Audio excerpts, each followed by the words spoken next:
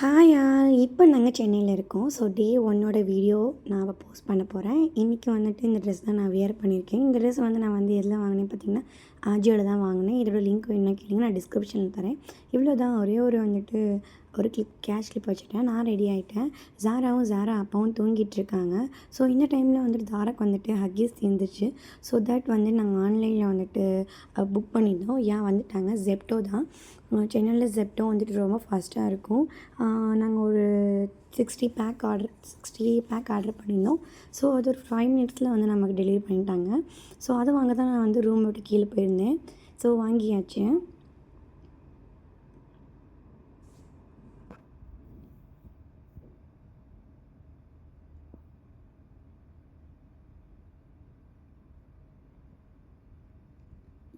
So நானும் ஹக்கீஸும் வந்துட்டுருக்கோம் சேர்ந்து ரூமுக்கு.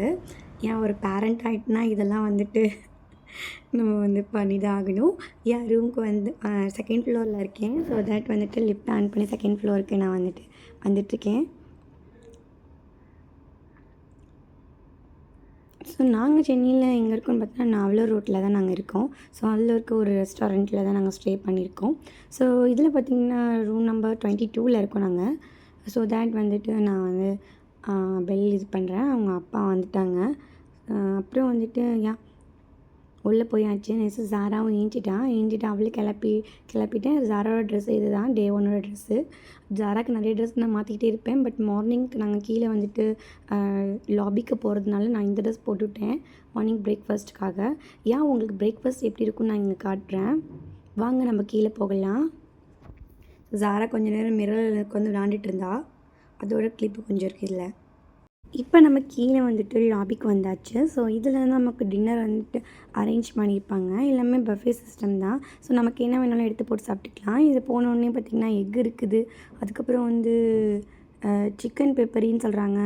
அப்புறம் என்ன இருக்குதுன்னு பார்த்திங்கன்னா பொரேஜு, வடை. சும்மா ஷார்ட்டாக காட்டுறேன் உங்களுக்கு. சாம்பார், பிளேட்ஸ்லாம் நம்ம எடுத்துக்கலாம். நெக்ஸ்ட்டு வந்து இதில் உப்புமா இருக்குது.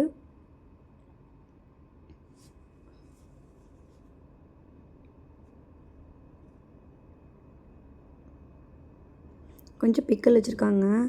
இதில் பார்த்திங்கன்னா ஆலு இருக்குது, இல்லை பூரி இருக்குது. அப்புறம் இதில் வந்துட்டு பராத்தா இருக்குது. அப்புறம் இதில் என்ன இருக்குது, ஊத்தாப்பம், இட்லி இருக்குது. சட்னிக்கு பவுல்லாம் வச்சுருப்பாங்க. சட்னி வேணால் நம்ம போட்டு சாப்பிட்டுக்கலாம். ஸோ இது ஒரு பக்கம் பார்த்திங்கன்னா மார்னிங் நம்ம சாப்பிட்ற ஐட்டம்ஸாக இருக்கும். நெக்ஸ்ட்டு பார்த்திங்கன்னா நமக்கு வந்துட்டு ஃபாஸ்ட் ஃபுட் சாப்பிட்ற மாதிரி ஃப்ரூட்ஸ் வச்சுருக்காங்க.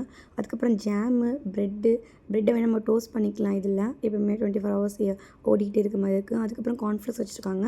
இங்கே டீ வேணால் பிடிச்சிக்கலாம். பால் இருக்குது. காஃபி, டீ எது வேணால் நம்ம வந்து போட்டுக்கலாம். அதுக்கப்புறம் இங்கே பார்த்திங்கன்னா வந்து கேக் ஐட்டம்ஸ் வச்சுருக்காங்க. நெக்ஸ்ட் இன்றைக்கி பப்பாயா ஜூஸு. ஒவ்வொரு நாளைக்கு ஒவ்வொரு ஜூஸ் இருக்கும். இதுதான் நம்ம உட்காந்துக்க டேபிள்.